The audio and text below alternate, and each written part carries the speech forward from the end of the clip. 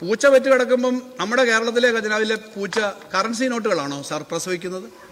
Pension തരത്തില്ല, 2000 ആക്കി തരാനില്ല കേട്ടോ സാർ. ഇങ്ങനെ പറഞ്ഞിട്ടൊന്നും കാര്യമില്ല. കൃത്യമായി കൊടുക്കുമെന്ന് കഴിഞ്ഞ കാലങ്ങളിൽ തെളിയിച്ച ഞങ്ങൾ തന്നെയാണ്. കൊടുക്കും. ഞങ്ങൾ ഈ ഉത്തരവാദിത്വം ഏറ്റെടുത്താൽ ചെയ്യാൻ പറ്റുന്ന കാര്യങ്ങളെ പറഞ്ഞിട്ടുള്ളൂ. പ്രതിപക്ഷ പറയുന്നത് കേരളം ആകെ തകർന്നെന്ന് തോന്നിക്കാനാണ്. സാർ ഏതിനാ സാർ പണം കൊടുക്കാതെ? ഏതിനാണ് പണം കൊടുക്കാത്തത്? ഞാനതുകൊണ്ടാണ് കഴിഞ്ഞ ദിവസം പറഞ്ഞു, പൂച്ച വെറ്റ് കിടക്കുമ്പം നമ്മുടെ കേരളത്തിലെ ഖജനാവിലെ പൂച്ച കറൻസി നോട്ടുകളാണോ സാർ പ്രസവിക്കുന്നത്? എല്ലാവർക്കും പൈസ കിട്ടുന്നുണ്ടല്ലോ, എല്ലാ മണ്ഡലത്തിലും ആവശ്യത്തിന് പൈസ കിട്ടുന്നുണ്ടല്ലോ, എല്ലാ സ്ഥലത്തും പുതിയ കാര്യങ്ങൾ വരുന്നുണ്ടല്ലോ, എല്ലാ കാര്യങ്ങളും ബോർഡൊക്കെ അവർ വെക്കുന്നുണ്ട്.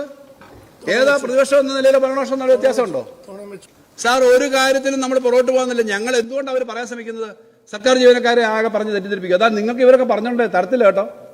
സാധാരണ ജനങ്ങളോട് ഇവർ പറയുന്നുണ്ട് പെൻഷൻ തരത്തില്ല, 2000 ആക്കി തരാനില്ല കേട്ടോ സാർ. ഇങ്ങനെ പറഞ്ഞിട്ടൊന്നും കാര്യമില്ല. കൃത്യമായി കൊടുക്കുമെന്ന് കഴിഞ്ഞ കാലങ്ങളിൽ തെളിയിച്ച ഞങ്ങൾ തന്നെയാണ്. കൊടുക്കും.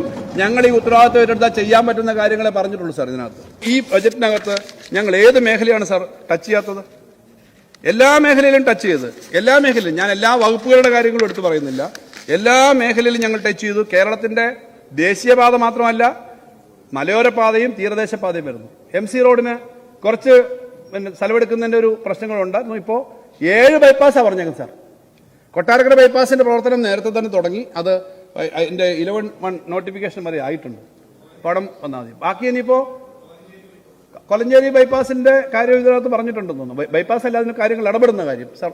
അതൊക്കെ ആ പ്രാദേശികമായിട്ട് വരുന്ന കാര്യങ്ങൾ നമുക്ക് നോക്കാം സാർ. നമ്മുടെ കിളിമാനൂരും അതുപോലെ ചടയമംഗലവും ആയൂരും കൊട്ടാരക്കരയും പന്തളവും ചെങ്ങന്നൂരും ആദ്യഘട്ടമാണ്. പിന്നീട് അങ്ങോട്ട് വരും. കേരളത്തിലെ ഏറ്റവും പഴക്കമുള്ള road sir.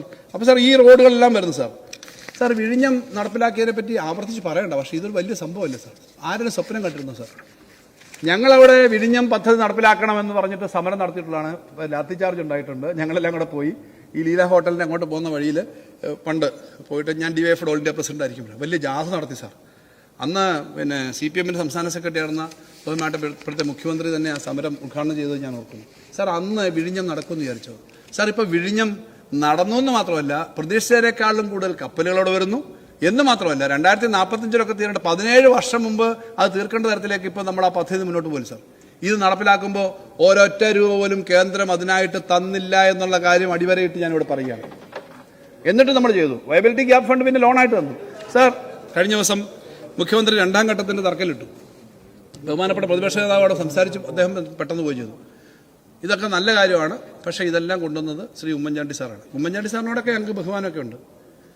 Sir EK Nayanar മുഖ്യമന്ത്രിയായിരുന്ന കാലത്ത് തുടങ്ങിയതാണ്. VS അച്യുതാനന്ദൻ മുഖ്യമന്ത്രിയായിരുന്ന കാലത്ത് അത് കുറച്ചുകൂടി മുന്നോട്ട് പോയി. ആ സമയത്ത് ടെൻഡർ വിളിച്ചു സാർ.